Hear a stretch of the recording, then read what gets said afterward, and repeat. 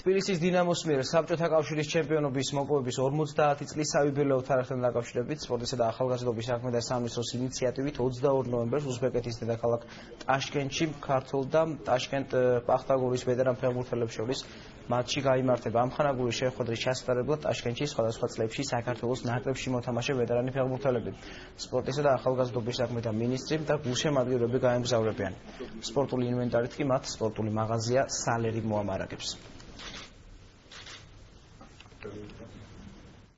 Ზუსტად იგივე, ასე ვთქვათ, მარშრუტით მივემართებით უზბეკეთში, რომ სადაც გახდა ჩვენი დინამო პირველად ჩემპიონები, ახალგაზრდა ვეტერანები ჩავატარებთ ამხანაგურ შეხვედრას არა ტორპედო მოსკოვთან, არამედ ბახტაქორთან და სასიამოვნოა. წარსულის ხსოვნით და დაფასებით ჩვენ ვაშენებთ მომავალს და ხვალ დღეზე ამავდროულად ზრუნავთ. თავარია საფეხბურთო ოჯახი გაერთიანდეს და ჩვენ შეძლოთ ერთმანეთის პატრიოტიზმით, ერთმანეთის სიყვარულით ვაშენოთ ხვალ დღე.